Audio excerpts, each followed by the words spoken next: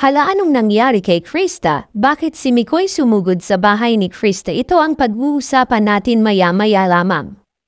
Pakiusap patapusin ang video para malaman ang nilalaman nito at kung bago ka pa lang sa aking YouTube channel, paki-subscribe para lagi kang updated sa video ng mga kalingap. Isang mapagpalang araw sa inyong lahat mga kalingap.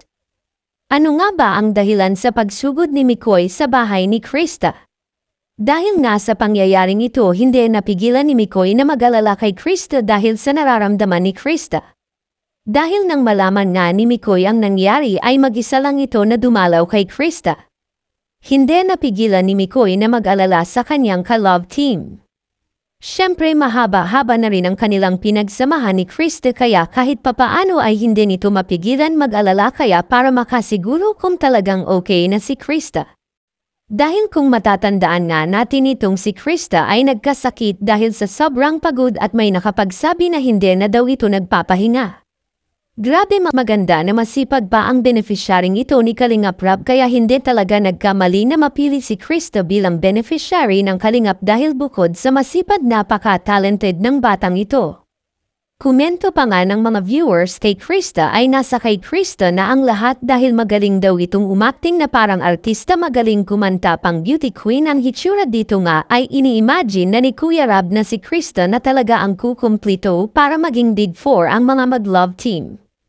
Dahil si Krista na ngayon ang kinagigil-iwan ng mga viewers at napapansin din ni Kuya Rab na kahit baguhan pa lang si Krista sa Kalingap ay marami na itong sponsor, marami ang nagbibigay dito na pera at mga alahas kaya sobrang bilib si Kalingap Rab kay Krista. Sa dami nga na natatanggap ni Krista na pera ay parang nag-aalanagan siya kung tatanggapin pa ba niya ang pera na binibigay ni Kalingap Rab.